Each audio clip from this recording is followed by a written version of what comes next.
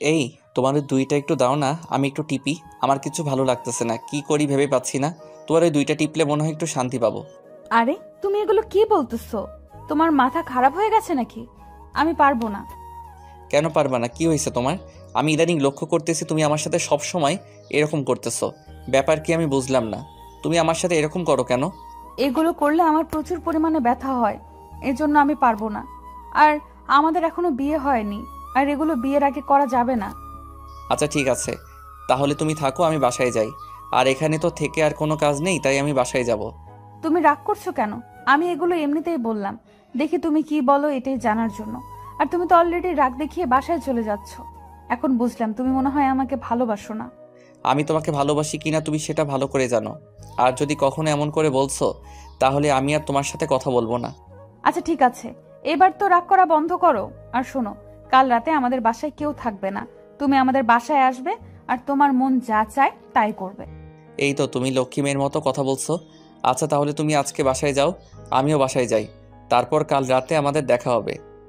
আচ্ছা ঠিক আছে, তাহলে তুমিও বাসায় যাও। আমার মার্কেট এদিকে একটু কাজ আছে, আমি কাজটা সেরে বাসায় চলে যাব।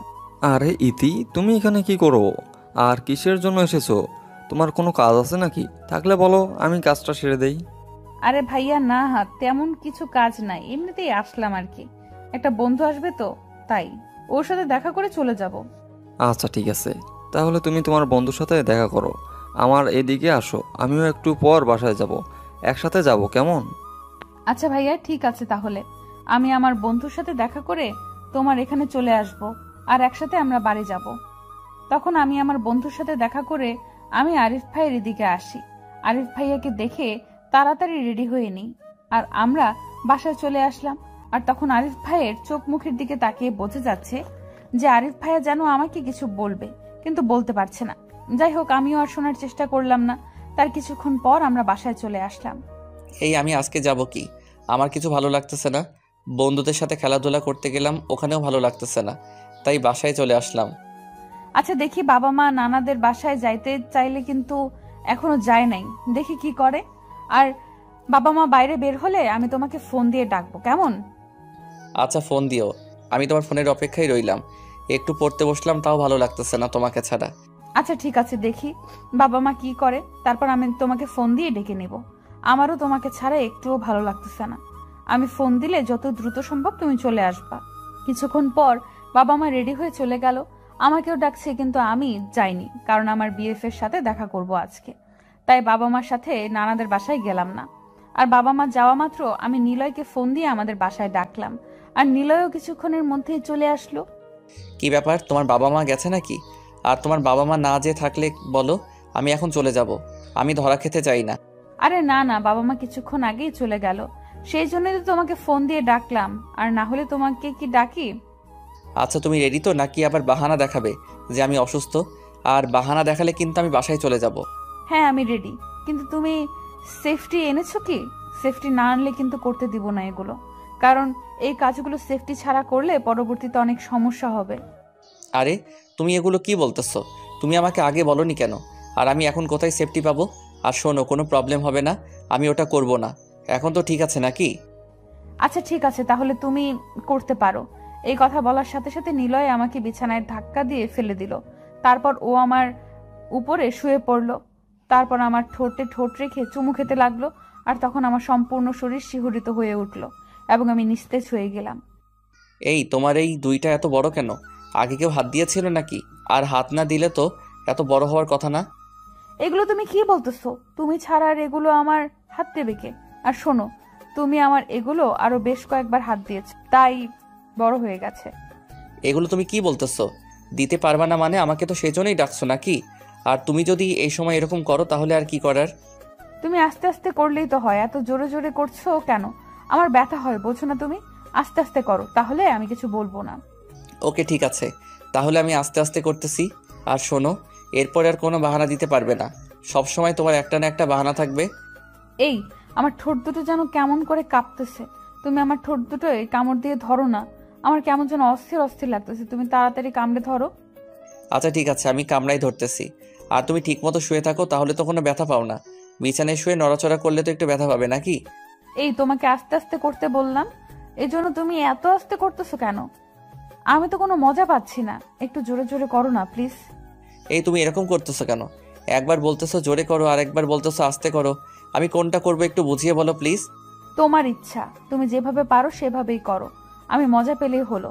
আর একটা কথা, তুমি আজকে সত্যি সত্যি বিয়ে করবা তো? যদি তুমি আমাকে বিয়ে না করো তাহলে আমি মরে যাব। আর এগুলো তুমি কি বলতেছো?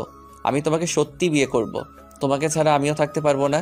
তারপর আমরা দুজন কথা বলতে বলতে ঘুমিয়ে পড়লাম। পরে আমি সকালে ঘুম থেকে উঠে বাসায় চলে আসলাম। আর তখনও ইতি ঘুমিয়েছিল। আমি ওকে কিছু না বলে বাসায় চলে আসলাম। তুমি বাসায় চলে গেছো, আমাকে একটু বলে যাবে না? আমি কত টেনশনে ছিলাম। যাই হোক, তুমি বাসায় গিয়েছো তো? আমি বাসায় আছি আর এখন নাস্তা করতেছি। নাস্তা করে কলেজে যাব।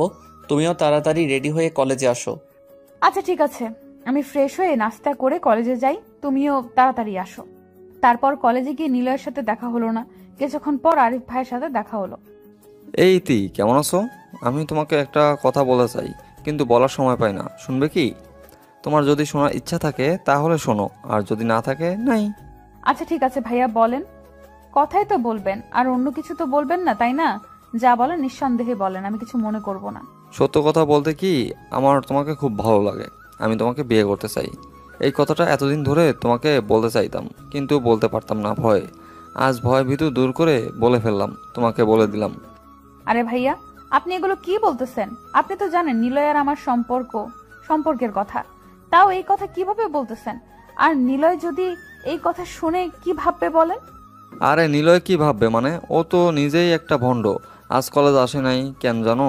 ও তো আজকে একটা অন্য মেয়ের সাথে দেখা করতে গেছে, সেজন্য আজকে কলেজে আসেনি।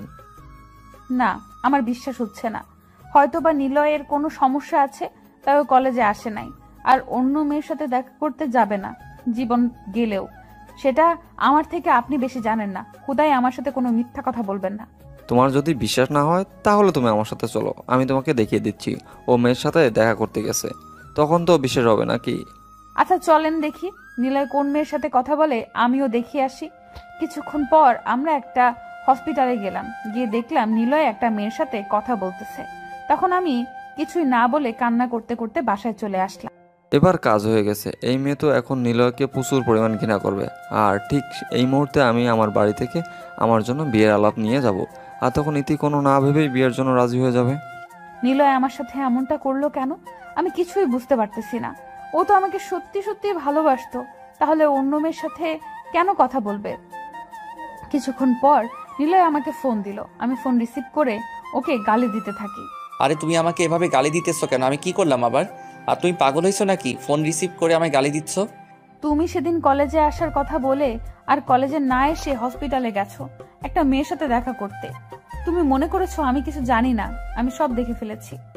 আরে তুমি এগুলো কি বলতেছো? আমি তো সেদিন কলেজ যাওয়ার জন্য তৈরি হচ্ছিলাম।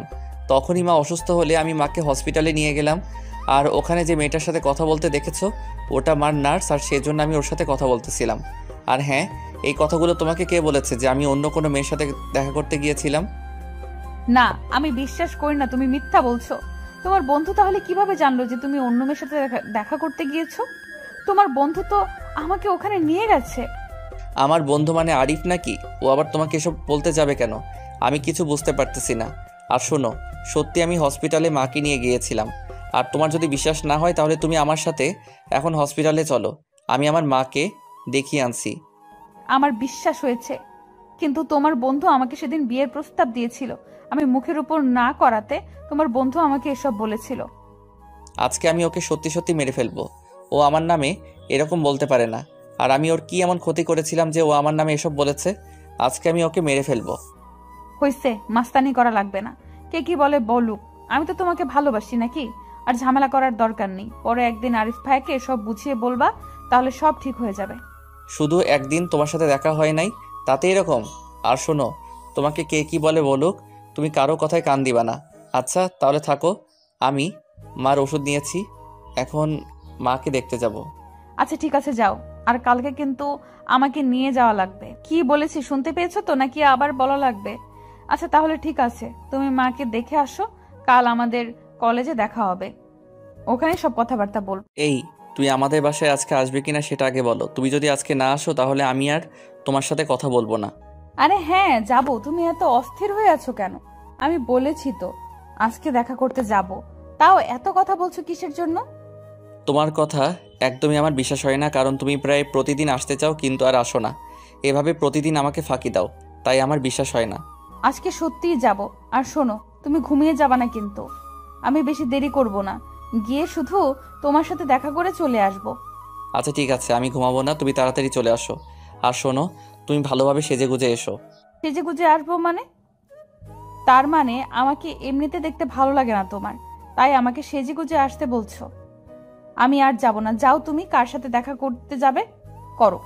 আরে তুমি এভাবে রাগ করতেছো কেন? আমি এমনিতেই বললাম তোমাকে সেজে গুজে একটু আসতে, আমি দেখবো তাই। আর তুমি এগুলো কি বলতেছো? আমি বুঝতে পারতেছি না। তুমিই তো বললা সেজে গুজে আসতে, তার মানে আমি এমনিতে দেখতে সুন্দর না, তাই তুমি আমাকে সেজে গুজে আসতে বললা। যাও, আমি আর তোমার সাথে দেখা করব না। আচ্ছা ঠিক আছে, তোমার যেটা মনে হয় তুমি সেটা মনে করো। আর তুমি এমনিতেই আসো, আর তোমাকে এমনিতে দেখতে খুব সুন্দর লাগে। এখন ঠিক আছে। এখন তো লক্ষ্মী ছেলের মতো কথা বললে। আগে তো আমাকে মনে কিভাবে কি বললা আমি নিজেই বুঝতে পারতেছি না। অত সব কথা বাদ দিয়ে তুমি তাড়াতাড়ি চলে আসো, আমি তোমার সাথে দেখা করব। আমি তোমার জন্য অপেক্ষায় রইলাম। আচ্ছা ঠিক আছে, আমি তৈরি হয়ে নিচ্ছি, তুমি রেডি হয়ে থাকো। আমি যাব আর আসব। কিছুক্ষণ পর আমি রাকিবের বাসায় চলে গেলাম। তারপর গিয়ে দেখি সে তার বন্ধুদের সাথে আড্ডা দিচ্ছে। আমার তো মাথা গরম হয়ে গেল, তার বন্ধুদের ডাকছে আবার আমাকেও ডাকছে। এটা কি রকম ব্যবহার? যাই হোক, আমি মাথা ঠান্ডা করে তাদের সাথে একটু কথা বলে বাসায় চলে আসলাম। আমি কত কিছু আশা করেছিলাম যে আমরা দুজনে কথা বলবো, রোম্যান্স করব, তারপর আড্ডা দিব, কত কথা বলবো, আর শালা বন্ধুরা তার মাঝে পানি ঢেলে দিব। আজকে রাকিব আগে ফোন দেখ, তারপর দেখাবো মজা। কত ধানে কত চাল সেটা আজকে বুঝিয়ে দেব। এই তুমি এত তাড়াতাড়ি চলে গেলে কেন? ওরা তো কিছুক্ষণ পর চলে যেত। তাহলে তুমি এত রাগ দেখিয়ে চলে যাওয়ার মানে কি? মানে কি? মানে হলো আমি তোমার সাথে আর কথা বলবো না। তুমি তোমার বন্ধুদের নিয়ে থাকো, আর আমার এখানে ফোন দিও না। এই তুমি এত রাগ দেখাচ্ছ কেন? আমি কি করব? ওরা অনেক দিন পর এসেছে, কি ওদের সাথে একটু আড্ডা না দিলে কি ভাববে বলো? সেই জন্য একটু ওদের সাথে আড্ডা দিলাম। এখন থেকে তুমি ওদের সাথেই আড্ডা দিবে, আর আমার এখানে ফোন দিও না। এবং আমার এখানে ফোন দিলে কিন্তু আমি তোমার নাম্বার ব্ল্যাকলিস্ট করে দিব। আচ্ছা ঠিক আছে, আমি আর ওদের সাথে কথা বলবো না, শুধু তোমার সাথে কথা বলবো। এখন রাগ করিও না প্লিজ। আমি কত কিছু আশা করে গেলাম যে আমরা কথাবার্তা বলবো, তোমাকে অনেকদিন ধরে দেখিনি, আমাদের দেখা হবে, তারপর আমাদের একটু রোম্যান্স হবে, কথাবার্তা হবে, আড্ডা দিব, কত কিছু ভেবে গেলাম। কিন্তু তাদের মাঝে তোমার তোমার বন্ধুরা সব কিছুতে পানি ঢেলে দিল। আর তুমি আমাকে একটু ফোন করে বলতে পারতে যে আমার বন্ধুরা এসেছে, তুমি একটু দেরি করে আসো, তাহলে তো আমি একটু দেরি করে আসি। আর তুমি তো কিছু বললে না, তাই আমি সঠিক সময়ে গিয়েছিলাম। আচ্ছা ঠিক আছে, পরবর্তীতে এরকম ভুল আর হবে না। তুমি রাগ করিও না প্লিজ, আমার সাথে একটু কথা বলো। তুমি রাগ করে থাকলে আমার ভালো লাগে না, প্লিজ। আর রাগ করে থাকিও না। ওকে, ঠিক আছে, আর রাগ করব না। যা হবার তা তো হয়ে গেছে, আর এখন বলে কি লাভ? আর শোনো, আমাদের আর কোনো দেখা হবে না। আমি কালকে আমার মামাদের বাসায় চলে যাব, ওখানে 1-1.5 মাস থাকবো। এমনি ফোনে শুধু কথা হবে, আর দেখা হবে না। এগুলো তুমি কি বলতেছো? আমাদের আর দেখা হবে না মানে? তাহলে আমার মনের সব আশা আকাঙ্ক্ষা শুধু স্মৃতির পাতায় লেখা থাকবে নাকি? আরে, আমাদের তো কথাবার্তা হবে, তাহলে তুমি এরকম করতেছো কেন? এরকম না যে আমাদের আর কথাবার্তা হচ্ছে না, দেখা হচ্ছে না, এরকম তো না। কথাবার্তা তো আমাদের হবেই। আচ্ছা ঠিক আছে, তুমি প্রতিদিন ফোন দিও, কিন্তু আর যদি ফোন না দাও তাহলে আমি তোমার মামার বাসায় চলে যাব তোমার সাথে দেখা করতে। ওকে, ঠিক আছে, আমি ফোন দেব, তুমি কোনো চিন্তা করিও না। আর আমার মামার বাসায় আসার দরকার নেই, আমি ফোন দিব, যাও। আচ্ছা ঠিক আছে, ফোন দিও, আর আমি তোমার ফোনের অপেক্ষায় থাকবো কিন্তু। তারপর আমাদের 2-1 দিন কথা হওয়ার পর আর আমাকে রত্না ফোন দেয় না, আর আমি ফোন দিলে ফোন ধরে না। আর আমি দিন দিন যেন কেমন দুর্বল হয়ে যাচ্ছি। খাওয়া দাওয়া ঠিকমতো করছি না, পড়াশোনা করছি না, সবসময় ওর কথা ভাবি আর রাস্তায় রাস্তায় ঘুরে বেড়াই। কিন্তু ঘুরে বেড়াই কী লাভ? ও তার ফোন দিচ্ছে না। তাই আমি ওকে ভুলে যাওয়ার চেষ্টা করতেছি, কিন্তু ওকে যতই ভুলে যাওয়ার চেষ্টা করতেছি ততই আরও বেশি মনে পড়তেছে। কি করব নিজেই বুঝতে পারতেছি না। কি রে রাকিব, তোর কি হয়েছে আমি বুঝতে পারতেছি না। সব সময় রাস্তায় রাস্তায় ঘুরে বেড়াস, খাওয়া দাওয়া ঠিক মতন করিস না, পড়াশোনা করছিস না, কি ব্যাপার তোর? আরে না, তেমন কিছু না, একটু টেনশনে সমস্যা হতেই পারে। একটা মেয়ের বাসায় সবসময় সমস্যা লেগেই থাকে, কারণ মেয়ের বাসায় সবসময় সন্দেহটা বেশি হয়, তাই মেয়ের বাসায় সবসময় ঝামেলাটা অনেক বেশি হয়। আর সেটা যদি একটা ছেলে হয় তুমি বোঝার ক্ষমতা না রাখো, তাহলে হয়তো তুমি তাকে ভালোবাসতেই পারো নি। আর হ্যাঁ, ভালোবাসায় একটু সন্দেহ থাকবে, না হলে ভালোবাসাটা এত গভীর আর এত সুখময় হতে পারে না। ভালোবাসাটা সন্দেহ স্বাভাবিক, এখানে সন্দেহের মাধ্যমে তুমি যে তোমার ভালোবাসাটা শেষ করে দিবা এটা অস্বাভাবিক। তুমি চেষ্টা করো তুমি ভালোবাসাটাকে টিকিয়ে রাখার। এই শোনো না, আমাকে একটু আদর দাও না। কতদিন ধরে তোমার আদর পাই না, প্লিজ এবারের মতো আর বাহানা বানাইও না। না, আমি পারবো না, আমার খুব লজ্জা লাগে। আর আমি তোমার সাথে দেখা হলে সব সময় জড়িয়ে ধরতে চাও, আদর পেতে চাও। এটা কোন ধরনের অসভ্যতা বুঝলাম না। এটা তুমি কি বলতেছো? এটা অসভ্যতামি হবে কেন? আমি আমার প্রেমিকার কাছ থেকে একটু আদর পেতে চাই, আর এটা কিভাবে অসভ্যতামি হয়? এখন তুমি বলো, তুমি আমাকে আদর দিবা কিনা? হুম, আদর তো দিব, কিন্তু এখন না। সব আদর দিব বিয়ের পরে। বিয়ের পরে তোমার যেটা মনে চায় তুমি সেটা করবে, জড়িয়ে ধরতে পারবে, আদর করতে পারবে, আরো তোমার যা মন চায় তাই করতে পারবে। কিন্তু এখন কিছুই করতে দিব না। আচ্ছা ঠিক আছে তাহলে বাই। আমার তো আর মনের মতো দুঃখ বোঝার কোনো মানুষ নাই, কার সাথে আর কথা বলবো? আচ্ছা ঠিক আছে, অত ঢং দেখাতে হবে না। আর তুমি আমাকে ম্যাচের পাশে যে পার্কটা আছে ওখানে বিকেলে আসি, ওখানে আমরা দেখা করব। আচ্ছা ঠিক আছে তাহলে আমি বিকালে বেরিয়ে পড়বো, আর তুমিও তাড়াতাড়ি চলে আসিও। এ কথা বলে কিছুক্ষণ পর আমিও আমার এক বন্ধু সহ আমরা বেরিয়ে পড়লাম। আমাদের মধ্যে কিছু আলাপ আলোচনা হলো, তারপর আমরা দুজনই পার্কের দিকে যেতে লাগলাম। কিন্তু একটা মজার ব্যাপার হচ্ছে যে আমি আমার বন্ধুকে কী জন্য নিয়ে যাচ্ছি সে নিজেই জানে না। কিরে বন্ধু, কোথায় যাচ্ছিস আর কি করতে যাচ্ছিস? আমি তো কিছুই বুঝতে পারতেছি না। আমাকে ডাকলি আর আমি যাচ্ছি, কিছু তো আছে নাকি সেটা বল আগে, দেখি আমার পছন্দ হয় কি না। আরে আয়, দেখবি অনেক মজা পাবি। আর ওখানে মজার জিনিস না থাকলে তোকে আমি আর ওখানে কি নিয়ে যাই? ওখানে অনেক মজার মজার জিনিস আছে, তুই গেলেই টের পাবি। আরে তাও একটু বল না, আমার আম্মু ফোন দিয়ে শুনতে যাচ্ছে আমি কোথায় আছি আর কি করতে যাচ্ছি। আর আমি আবার আমার আম্মুকে মিথ্যা বলি না, তাই একটু বল প্লিজ, আমরা কোথায় যাচ্ছি আর কি করতে যাচ্ছি। আরে আমরা একটা পার্কে যাচ্ছি একটা মেয়ের সাথে দেখা করতে। আমার প্রেমিকা যেন আমার সাথে কি কথা বলে সেজন্য আমাকে ডাকছে। আর আমি একা এত আসতে পারি না, সেজন্য তোকে একটু সাথে আনলাম। তুই আন্টিকে ফোন করে বল আমরা খেলতে যাচ্ছি। আরে শালা, তুই মেয়ের সাথে দেখা করতে যাবি? আমাকে আগে বলবি না? আমি একটা মেয়ে আনতাম, আর আমি এখন সিঙ্গেল ছেলেটা, এখানে কি করব? শুধুই কি হাওয়া বাতাস খাবো নাকি? আমি যাব না, তুই একা যা। আরে বন্ধু, তুই এমন করিস না প্লিজ। তোর যখন যা খেতে ইচ্ছে করবে তখন তুই তাই খাবি আর ঘুরে বেড়াবি। আজ আর যত টাকা লাগে আমি দেব, তুই তবু এমন করিস না প্লিজ। আচ্ছা ঠিক আছে, তাহলে যাই। আর আম্মুকে ফোন দিয়ে বলি যে আমরা একটু খেলতে যাচ্ছি। আর যদি আম্মুকে ফোন করে না বলি, আম্মু তো আবার রাগ করবে। তারপর আমরা দুজন কথা বলতে বলতে পার্কে পৌঁছে গেলাম। গিয়ে দেখি তার প্রেমিকা এখনও, মানে রাকিবের প্রেমিকা এখনও আসে নাই। আমরা তার জন্য অপেক্ষা করতেছি কখন যে আসবে। অতঃপর অপেক্ষা করতে করতে কিছুক্ষণ পর রাকিবের প্রেমিকা চলে আসলো, আর তারা কথা বলতে লাগলো। আর তখন আমি একটু সাইডে গিয়ে বসলাম। কি হয়েছে তোমার? এই এতটুকু জায়গা আসতে এত সময় লাগে নাকি? তোমার অপেক্ষায় থাকতে থাকতে আমাদের পা ব্যথা হয়ে গেছে, তবুও তোমার আসার খবর নেই। এতক্ষণ মেসে কি করলে শুনি? আরে আমি এখানে তোমার দেখা করতে আসব, একটু রূপচর্চা করতে হবে না? আর এমনিতেই আসলে কেমন দেখা যায় না একটু, তাই আর কি রূপচর্চা করে আসলাম। আমার সাথে দেখা করতে তোমার রূপচর্চা লাগবে কেন? না আমাকে ভালোবাসো না, না অন্য কাউকে ভালোবাসো এখন তার জন্য এখানে রূপচর্চা করে আসলে? আমি তো তোমাকে এমনিতেই ভালোবাসি, তোমাকে রূপচর্চা করতে হবে কিসের জন্য? আরে তুমি এভাবে কথা বলতেছো কেন? আমি আমি একটু রূপচর্চা করে বের হলাম যে তোমার ভালো লাগবে, আর তুমি উল্টাপাল্টা কথা বলতেছো। তাহলে থাকো, আমি চলে যাই, তোমার সাথে আর কখনো দেখা করতে আসবো না। আচ্ছা ঠিক আছে, আর কিছু বলবে না? তুমি এখন এখানে আসো। আর তোমার ওই কথাটা মনে আছে তো, নাকি আবার মনে করিয়ে দিতে হবে? আমার সব মনে আছে, এখানে তো আর কথাবার্তা বলা যাবে না। তাই আমরা একটু তাইলে আমরা একটা রুম নেই, ওখানে গিয়ে কথাবার্তা বলি। আচ্ছা ঠিক আছে তাহলে চলো আমরা ম্যানেজারের কাছে যাই, গিয়ে একটু রুম নেই, তারপর দেখি কি করা যায়। এই তোমাকে কি একটু জড়িয়ে ধরতে পারি নাকি? আবার পারবো না যে তোমার এখনো সমস্যা আছে? তোমার সমস্যা থাকলে বলো, আমি কিছু করব না। আরে না, কোনো সমস্যা নেই। আজ তোমার মন যা চায় তাই করতে পারবে, বুঝেছো? আজ আমি আর তোমায় কোনো বাধা দিব না। কথা বলে সাথে সাথে রাকিব আমাকে জড়িয়ে ধরে চুমু খেতে লাগলো এবং অনেক আদর দিতে লাগলো। আমি কি করব বুঝতে পারতেছি না, আর আমার শরীর শিহরিত হয়ে উঠছিল। তখন আমি একদম নিঃশব্দ হয়ে তার আদর গ্রহণ করতে লাগলাম।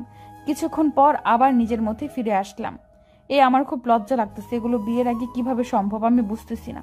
তুমি একটু বোঝার চেষ্টা করো, বিয়ের আগে এগুলো করলে কি হবে আমাদের। আমার খুব লজ্জা লাগতেছে, প্লিজ তুমি আমাকে ছাড়ো। আরে আমি তো তোমার সাথে তেমন কিছু করি নাই যে বিয়ের আগে এগুলো করলে সমস্যা হবে। আর আমি জাস্ট তোমাকে একটু জড়িয়ে ধরে আছি, এতেই কি সব সমস্যা হবে?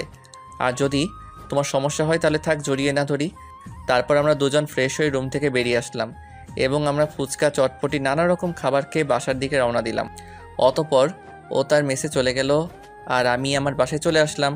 কিরে বন্ধু, তোরা দুজন রুমের ভিতরে গিয়ে কি করলি? তুই একটা জিনিস রে ভাই, হুট করে একটা মেয়েকে রুমের ভিতর নিয়ে গেলি আর আসার খবর নেই। ওখানে কি করলি আমাকে একটু বল। আরে কই তেমন কিছু না, এমনিতেই কথা বলার জন্য নিয়ে গেছিলাম, কিন্তু আমাদের ঝগড়া হয় আর আমরা কথা না বলে চলে আসি। শোন, তুই আমাকে মিথ্যা বলিস না, আর যদি মিথ্যা বলিস তাহলে আমি আন্টিকে সব বলে দেবো যে তুই কার সাথে কি করতে গিয়েছিস। আরে তোকে সত্যি বলতেছি, আমি তোকে মিথ্যা বলে কি করব? আর সত্যি না বলে তোকে কি করব? তুই তো প্রাণের বন্ধু। এরপর ওকে আবল তাবল অনেক রকম কথা বলে কাটিয়ে দিলাম আর বললাম যে শোন, আমাদের পরীক্ষা আসছে, পড়াশোনায় মনোযোগ দে। আর ভালো রেজাল্ট হলেই আমাদের একটা করে ভালো চাকরি হবে আর তখন অনেক মেয়ে নিয়ে ঘুরতে পারবি। এখন এসব চিন্তা করিস না, পড়াশোনায় মনোযোগ দে, তাহলে তোর ভবিষ্যৎ ভালো হবে। কিছুক্ষণ পরে আমরা বাসায় পৌঁছে গেলাম। কি রে রাকিব, তোর ব্যাপার কি? আজকে দেখি তোকে খুব খুশি খুশি মনে হচ্ছে। কোথায় গিয়েছিলি নাকি যে এত খুশি হয়ে বাড়ি ফিরলি? আরে না, কোথাও না, এমনিতে একটু পার্কে গিয়েছিলাম, তাই একটু মন ভালো আর কি। ওখানে গিয়ে একটা পুরনো বন্ধুর সাথে দেখা হইলো, তো তাই আর একটু খুশি। আরে কি বলিস, তোর বন্ধুকে আমাদের বাসায় ডেকে আনলেই হয়, একটু খাওয়া দাওয়া করে যেত। তুই তো সবার বাসায় যাস না আর আমাদের বাসায় কাউকে আনিস না, এটা কেমন ব্যবহার তোর, বুঝলাম না। আরে মা, তেমন মনের মতো বন্ধু না, জাস্ট স্কুল ফ্রেন্ড ছিল, তাই আর কি কথাবার্তা বলে চলে আসলাম, সেই জন্য ডাকি নাই, আর না হলে ডেকে আনতাম। এই কথা বলে আমি আমার ফোনটা বিছানায় রেখে গোসল করতে গেলাম। আরে তখনই মনে হয় রত্না ফোন দিয়েছিল আর সে ফোনটা মা ধরে নিয়েছিল। এখন যে আমার কি হবে আমি নিজেও বুঝতে পারতেছি না। তুমি বাসায় গেছো না? নাই যাওয়া, আমার খুব ভয় লাগতেছে। আর আমি ভাবছিলাম তুমি ফোন দিবে বাসায় গিয়ে, কিন্তু এখনো ফোন দাও নাই। সেজন্য আমি অপেক্ষায় থাকতে থাকতে তোমাকে ফোন দিলাম। এখন কি বাসায় আছো? হ্যাঁ মা, আমার গুণধর ছেলে বাসায় পৌঁছেছে আর এখন গোসল করতে গেছে। আর তুমি কি বলতেছো মা, যে আমার ছেলের সব খবর নিচ্ছ? তার মানে একটু আগে রাকিব তোমার সাথে দেখা করে আসলো?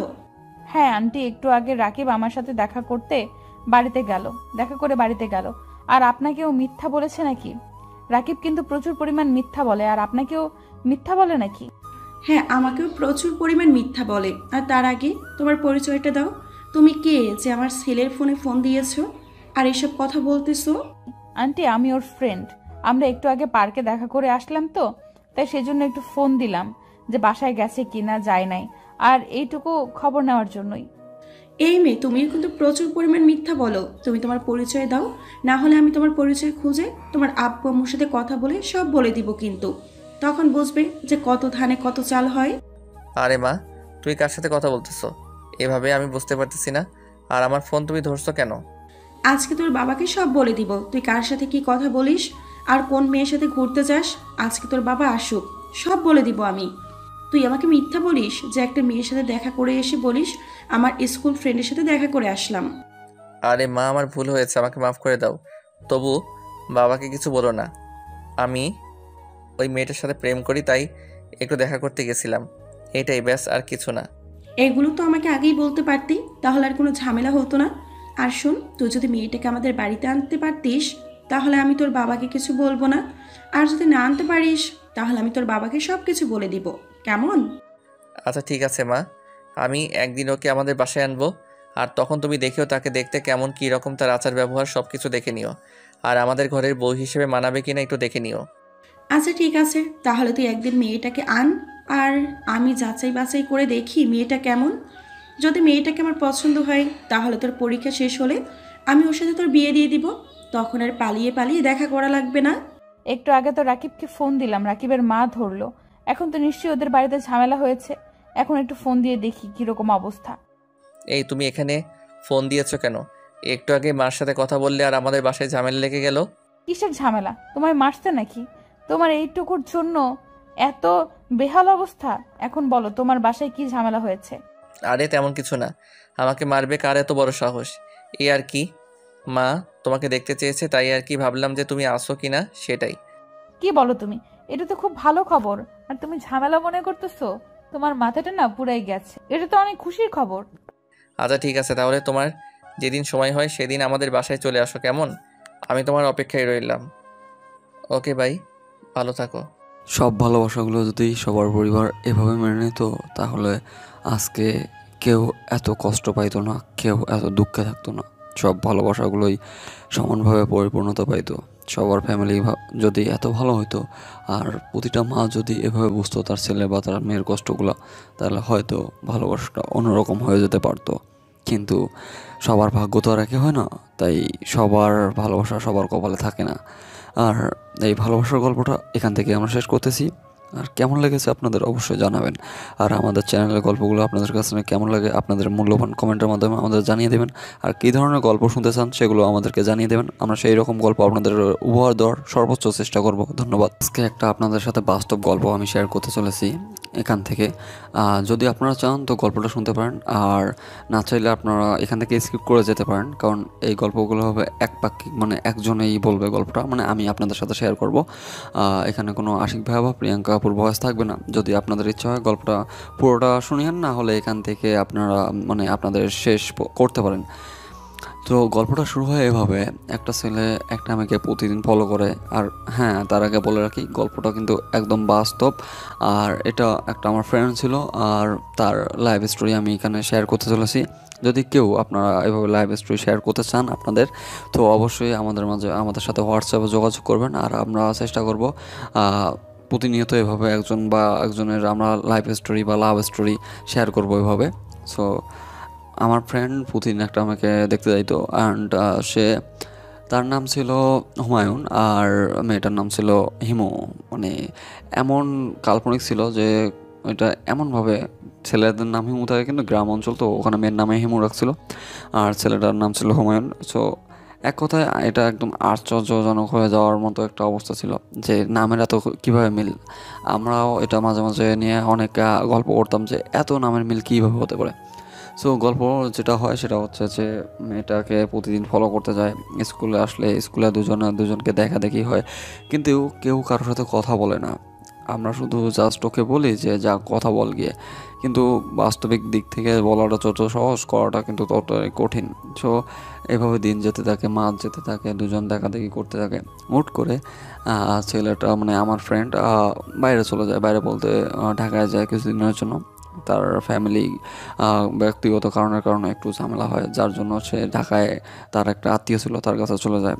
আর এদিকে মেয়েটাও তাকে অনেক খোঁজাখুঁজি করে, হয়তো মনে মনে খোঁজাখুঁজি করেছিল, আমরাও ওইভাবে লক্ষ্য করিনি। বাট আমরা তো আমাদের মতো মজা করতে থাকি। আমার ফ্রেন্ডটা 1 মাস পর ব্যাগ আসার পর ওই মেয়েটার কথা জিজ্ঞেস করে, ওই মেয়েটার পিছনে আবার 2 দিন যায়। এবার আর সাহস করে সে তাকে ভালোবাসার কথাটা জানিয়ে দিয়েছিল যে সে তাকে ভালোবাসে, কিন্তু মেয়েটা পরিপ্রেক্ষিতে কোনো উত্তর না দিয়ে সেখান থেকে চলে যায়। কোনো কথাই বলেনি মেয়েটা সেদিন, আমরা সাথে ছিলাম। সো এখানে দেখা যাচ্ছে যে মেয়েটার ওইরকম কোনো রিয়াকশনও ছিল না, আগের যে দুর্বলতাটা ছিল সেটা কেন নাই 1 মাসের মধ্যে উধাও হয়ে গেল।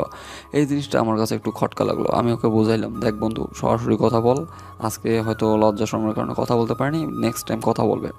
সো এভাবে কয়েকদিন যায়, আমরা কথা বলার চেষ্টা করি, বা আমার ফ্রেন্ড আমাকে নিয়ে যায়, ও একাই যায়, কথা বলার চেষ্টা করে, মেয়েটা ওর সাথে কথা বলে না। পরে খোঁজখবর নিয়ে দেখলাম যে মেয়েটা অন্য একটা ছেলের সাথে রিলেশনে জড়িয়ে পড়েছে। সো এখন এটা আসলে একটা আমার বন্ধুর জন্য বেদনাদায়ক ছিল যে 1 মাসের মাঝে কীভাবে পরিবর্তন, এত দেখা দেখি, এত চোখের ইশারা, এত নিজেদের ভাব মতিগতি প্রকাশ, চোখে চোখে এত তাকানো, এত মিষ্টি হাসির দিনগুলো কই গেল? 1 মাসের মাঝেই পরিবর্তন হয়ে গেল সব কিছু। তারপর আমার ফ্রেন্ড অনেক আপসেট হয়ে যায়, অ্যান্ড অনেক ভেঙে পড়ে বলা চলে। অ্যান্ড শেষ পর্যন্ত ভালোবাসার কথাটা তাকে বলেই দিয়েছিল, কিন্তু মেয়েটা রিজেক্ট করে দেয়। পরে সবাই মিলে খোঁজ নিয়ে দেখলাম যে মেয়েটা একটা ছেলের সাথে রিলেশনে গিয়েছে, অল্প কিছুদিন, 1 সপ্তাহ। তারপর আর সেখানে কোনো কথা না বলে চুপচাপ সবাই সবার মতো এখন পড়াশোনায় মনোযোগী হয়। বাট আমার ফ্রেন্ডের মনে তখনও ওই মেয়েটার এই সব কিছু আনাগোনা চলতেছিল, সে কোনোভাবেই তাকে ভুলতে পারতেছিল না। সো এক সময় তার মনে একটা জেদ তৈরি হয় যে যে কোনোই হোক, যে ভালো কিছু করতে হবে অ্যান্ড ওই মেয়েকে তাকে পেতেই হবে। অন্তত তাকে দেখানোর জন্য হলেও ভালো কিছু করা উচিত তার। তারপর সে ভালো কিছু করতে গেলে দেখা যাচ্ছে অনেক বাধা বিপত্তির সম্মুখীন হয়। যেমন পরিবার থেকে মেনে নিতেছিল না সে যে অনলাইনে কাজগুলো করতে চাচ্ছিল, অ্যান্ড সব কিছু মিলায় দেখা যাচ্ছিল যে অনেক সমস্যার সম্মুখীন হওয়ার পর সে একটু আলাদাভাবে প্রতিষ্ঠিত হয়ে ওঠে। প্রতিষ্ঠিত হওয়ার পর দেখা যাচ্ছে যে সেই মেয়েটাকে আবার গিয়ে বলে, অ্যান্ড মেয়েটা তখন বলে, তখন মেয়েটা আমার ফ্রেন্ডকে নাম্বার দিয়ে দেয়। মানে আমাকে পরে সব কিছু জানিয়েছে ও কী কী ঘটেছিল। সো এই পরিপ্রেক্ষিতে আমি আপনাদেরকে শেয়ার করতেছি। সো ও আমাকে জানিয়ে দিয়েছিল যে মেয়েটা ওকে নাকি নাম্বার দিয়েছিল, মানে কথা হইতো, মানে রেগুলার কথা হইতো। হুট করে মেয়েটা উধাও হয়ে যায়। উধাও হয়ে যায় বলতে তার সাথে কোনো যোগাযোগ মানে ছিন্ন করে দেয়। আবার আমার ফ্রেন্ডটা একটু পাগলামি করতে থাকে, কারণ এতদিনের মানে একটু আগের ভালোবাসা আবার মাথা চড়া দিয়ে উঠলো, আবার কন্ট্যাক্ট শেষ। ও পাগলের মতো করতে থাকে। ওই মেয়েটার বাসার সামনে রেগুলার যাওয়া আসা করে। শেষ পর্যন্ত দেখা যাচ্ছে যে মেয়েটা হুট করে তাকে একদিন SMS দেওয়ার পর আমার ফ্রেন্ড মানে তার সাথে আবার কথা বলে। সো তাকে তো রাগ দেখাতে পারে না, কারণ আমার ফ্রেন্ডের মনে প্রচুর দুর্বলতা ছিল সেই মেয়েটার জন্য। তাকে কোনোভাবে রাগ দেখাতে পারতেছিল না। সো রাগ দেখার না পারার কারণ তো অনেক কিছুই হয়, যেমন ও রাগ দেখাতে না পারা তো মানে রাগ সবসময় তো দেখানো যায় না সবাইকে। সো মেয়েটাকে রাগ সে কখনো রাগ দেখায়নি। সো এই দুর্বলতার সুযোগ নিয়ে মেয়েটা আমার ফ্রেন্ডকে কিছুদিন ব্যবহার করে আবার কন্ট্যাক্ট বন্ধ করে, এরকম তাদের মধ্যে ঝগড়া চলতেই থাকে, এটা হয় ওটা হয়, কিন্তু অতিরিক্ত কিছু বলে না। যদি আমার ফ্রেন্ডটা ওইখানে কিছু বলে তাহলে মনে রিলেশন থাকে না। সো রিলেশনের কথা বলতেছি কারণ যেহেতু কথা বলতেছে রেগুলার, আমার ফ্রেন্ডটা ধরে নিয়েছিল যে তাকে হয়তো একটু পছন্দ করে, না পছন্দ করলে তো এইভাবে কথা বলা না। পরে খোঁজখবর নিয়ে দেখা যায় যে মেয়েটা ওই ছেলেটার সাথে ব্রেকআপ করছে, ওই ছেলেটা ওর সাথে একটু খারাপ ব্যবহার করছে, যার জন্য এখন সে আমার ফ্রেন্ডের সাথে আবার কন্ট্যাক্টে আসে আর তার সাথে কথা বলে। আবার যখন তার আগের মানে বয়ফ্রেন্ডটা চলে আসে তার কাছে, তখন আবার সে আমার ফ্রেন্ডের সাথে মানে কন্ট্যাক্ট অফ করে দেয়। এরকম চলতে থাকে প্রতিনিয়ত।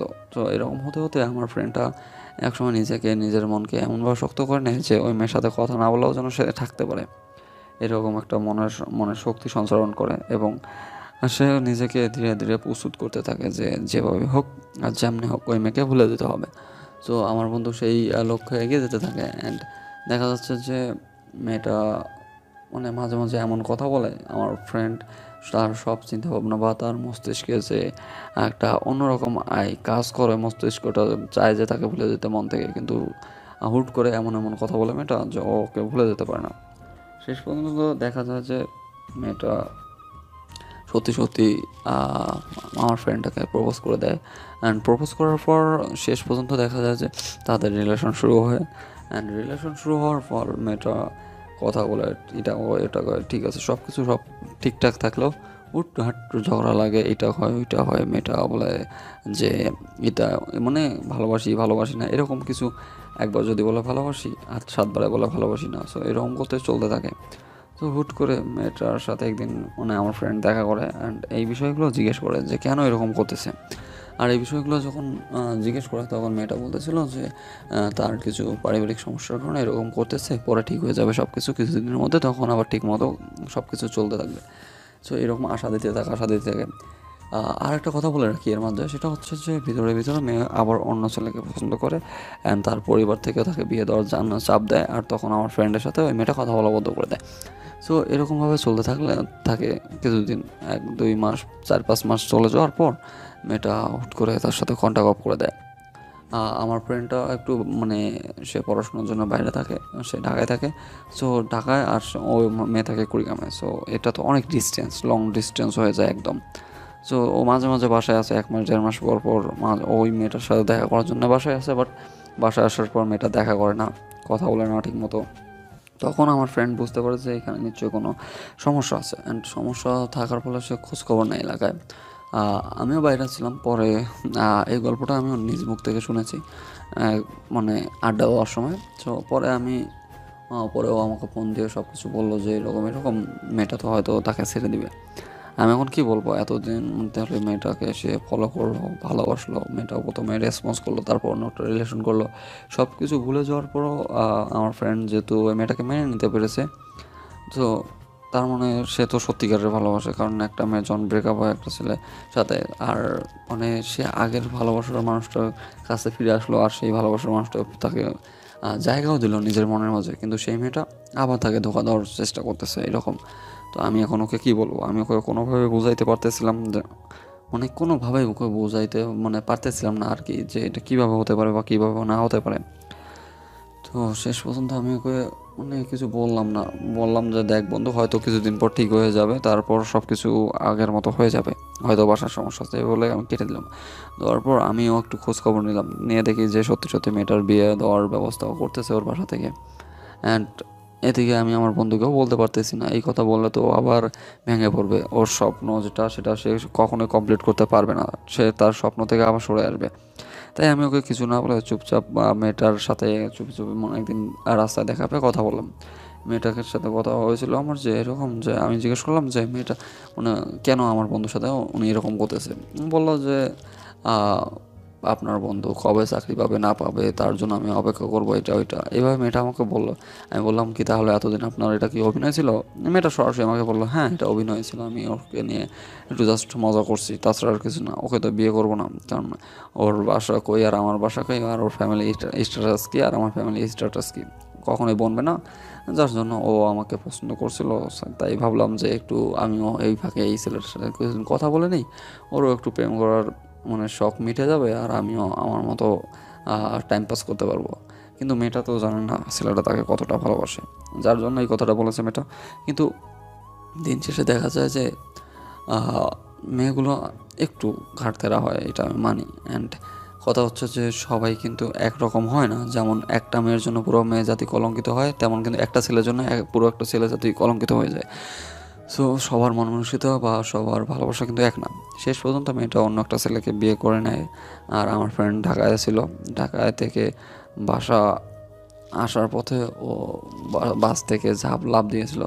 দুর্ভাগ্যবশত সে কোনোভাবে বেঁচে গিয়েছিল, তারপর সবাই ধরাধরি করে তাকে বাসায় সুস্থ মতো পৌঁছে দেওয়া হয়। তারপর আমরা সবাই ওকে ধরে বুঝাই, যতই হোক মন থেকে গভীরভাবে ভালোবাসলে কেউ কাউকে কিন্তু সহজে ভুলে যেতে পারে না।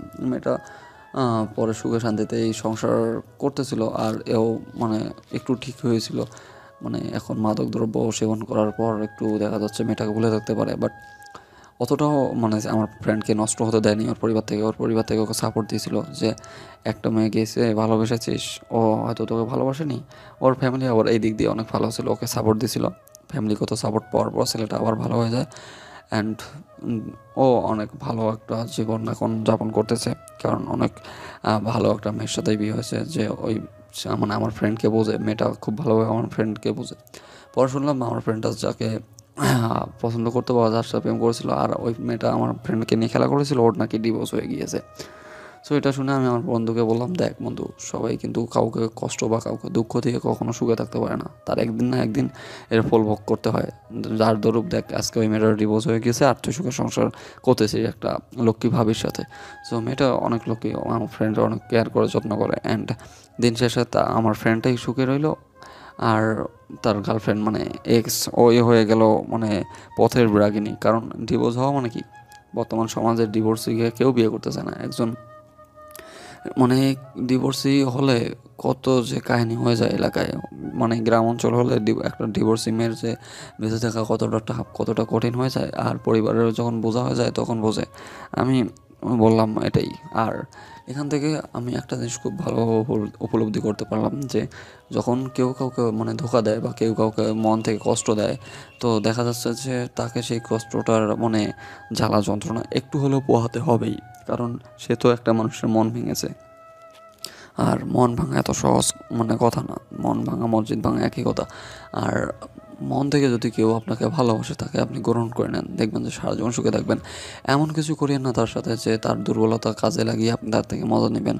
তার ভালোবাসার কাছে আপনি নিজেকে এতটাই মহান দাবি করবেন কিন্তু পরে তাকে ছেড়ে চলে যাবেন, এটা কখনো করিয়েন না। আপনার যেটা খুশি সেটাই করেন, কিন্তু কাউকে ভালোবাসলে বা কেউ আপনাকে ভালোবাসলে যদি সম্ভব হয় তার সাথে সারা জীবন থেকে যাবেন, আর যদি সম্ভব না হয় কখনো তার কাছে যাবেন না।